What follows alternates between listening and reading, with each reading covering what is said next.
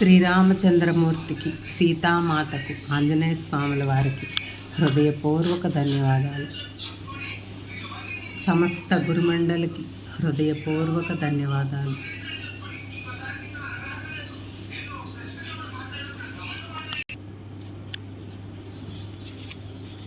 సీతాయనం చదువుకుంటున్నాం మనం.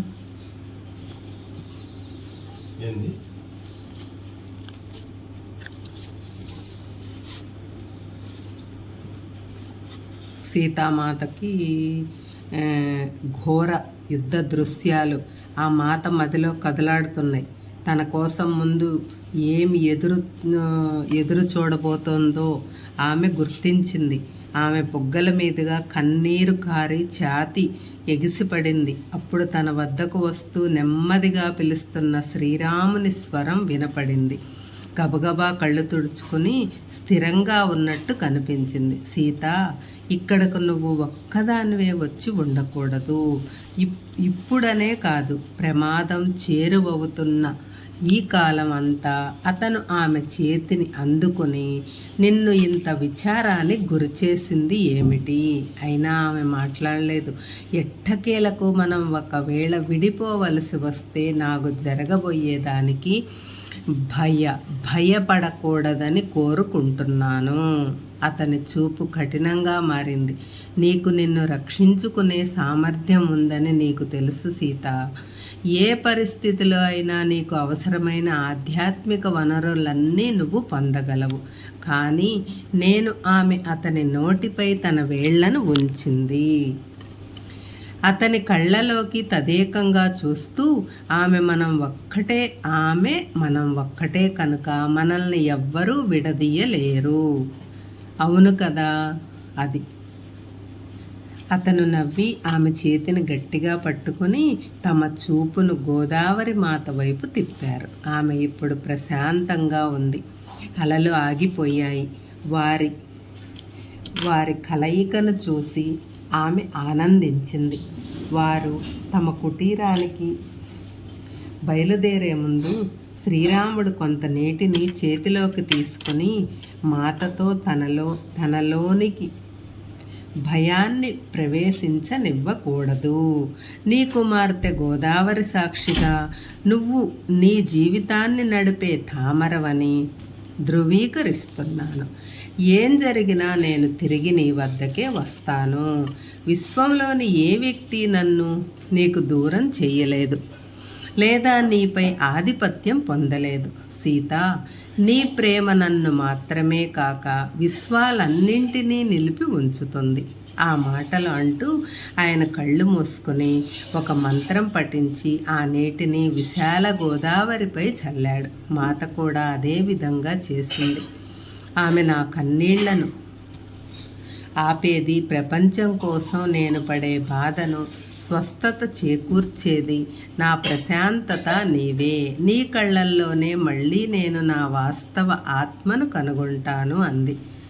గోదావరి వారు తమపై చిలకరించిన నీటిని స్వీకరించి తదాస్తు అని నీటి ప్రవాహంలోకి అదృశ్యమైంది. మాత అనుమతించటంతో సంఘటనలు చోటు చేసుకోవటం మొదలైంది. ఆ మరుసటి ఉదయం ఆ ప్రాంతం అంతా భయంకరమైన నల్లటి మేఘాలతో కప్పబడింది. అది వానాకాలం కాదు. పక్షులన్నీ గుంపులుగా చెదిరిపోయాయి. మరొక తుఫాను రాబోతుంది అంది మాత ఆకాశం వైపు చూస్తూ. అయితే అది తుఫాను కాలం కాదు. ఈ 10 రోజులలో ఇది 3వది. ప్రకృతి సందిగ్ధంలోకి నెట్టబడింది. ఆమె తన భారం నుంచి బయటకు రాలేకపోయింది. రాముడు ఆమెను తేలికపరచటానికి చేయగలిగిందంతా చేశాడు. తాను అస్థిమితతను అనుభవించాడు.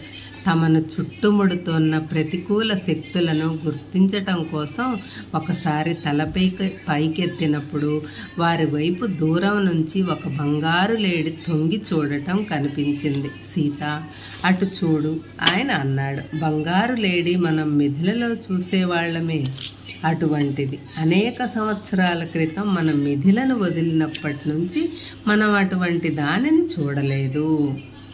అది ఎక్కడ ఉంది అడిగింది మాత చుట్టూ చూస్తూ. సూటిగా చూడు, ఆ కొమ్మలు ఆకులలో నుంచి అది తొంగి చూడటం నీకు కనపడలేదా? మాత తల ఊపి, అది నిజమైనదేనా? మీరు స్పష్టంగా చూశారా? చూడు, అది అటు వెళుతోంది. నాకు కనపడలేదు రామా, నేను నీ కోసం దానిని పట్టుకొస్తాను. ఒక లేడీ పెంపుడు జంతువుగా ఉండటం ఎంతో ఉల్లాసాన్నిస్తుంది అని విల్లు ఎక్కుపెట్టి లేడి వెనుక వెళుతుండగా సీతలో ఒక భయం కెరటంలా ఉద్భవించింది. ఆమె ఆయనను పిలిచే ప్రయత్నం చేసింది, కానీ గొంతు పెగల్లేదు. ఆయన వెనుక పరుగెట్టే ప్రయత్నం చేసింది, కానీ కాళ్ళు కదల్లేదు. కుటీరం నుంచి లక్ష్మణుడు వెలికి బయటకు వచ్చాడు. ఆమె ముఖంలోని ఆందోళన చూసి ఏమైందని అడిగాడు. అప్పుడు ఆమె తిరిగి వచ్చింది. కాళ్ళు కదులుతున్నాయి, కానీ కనుచూపు మేరలో శ్రీరాముడు ఎక్కడా లేడు. శ్రీరాముడు ఎక్కడికి వెళ్ళాడో ఆమె లక్ష్మణుడికి చెప్పింది. విచారపడకు, ఆయన త్వరలోనే వస్తారు. ఆమెను ఓదార్చాడు లక్ష్మణుడు. ఆయన తిరిగి రాకపోయేసరికి ఆమె తల్లడిల్లింది. అంతలోనే వారికి ఆయన బాధతో అరుస్తున్న స్వరం వినిపించింది. మాత లక్ష్మణుడు ఇద్దరూ అస్థిమితంగా ఉన్నారు.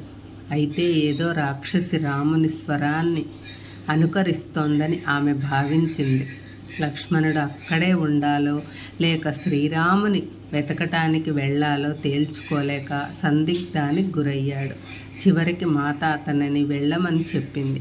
తప్పనిసరి అతను వెళుతూ ఆమెను కుటీరం వదిలి రావద్దు అని చెప్పి వెళ్ళాడు. ఆమె ఒంటరిగా ఉండకూడదు, తాను కూడా అతనితో వెళదామని అనుకుంది. కానీ ఆమె గొంతు మూగబోయింది, కాళ్ళు కదలలేదు. ఆమె కుటీరంలోకి నడిచింది. తెరచిన తలుపులో నుంచి అతను రావటం చూసింది. అతను మాయావి రావణుడు. సన్యాసి రూపంలో భిక్షకు వచ్చాడు. మాత ఎప్పుడు ఎవ్వరికీ లేదనదు, ఇప్పుడు లేదనే అవకాశం కూడా లేదు. తన తండ్రిని ఒకప్పుడు తీవ్రంగా అవమానించింది ఇతనే.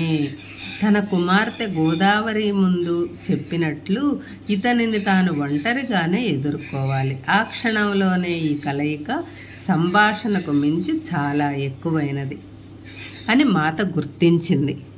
తాను అతని రాక్షస రాజ్యంలోకి తనకేమైనా సానుకూల ఫలితం వస్తుందనే ఆశ ఉంటే ఆ రాక్షసుని మనసులోకి కూడా ప్రవేశించగలగాలి.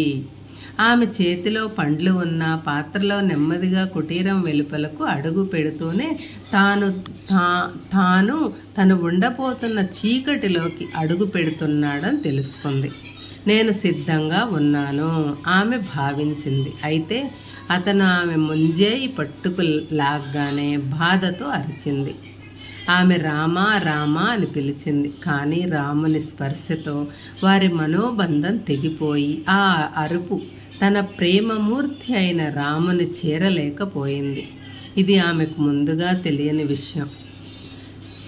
తమ ఇద్దరినీ కలిపి నేయబడిన బంగారు దారాలు తమ మధ్య తక్షణ సమాచార బంధాన్ని ఏర్పరిచేవి తెగిపోయాయి అని ఆమె గుర్తించలేదు. మాత ఇప్పుడు తన భర్తను కానీ మరిదిని కానీ చేరలేక ఏ జీవి సహాయం అందని స్థితిలో ఉంది. సోమ కళ్ళ నుంచి నీరు కారుతుండగా కథ ముగించింది. జై శ్రీరామ్.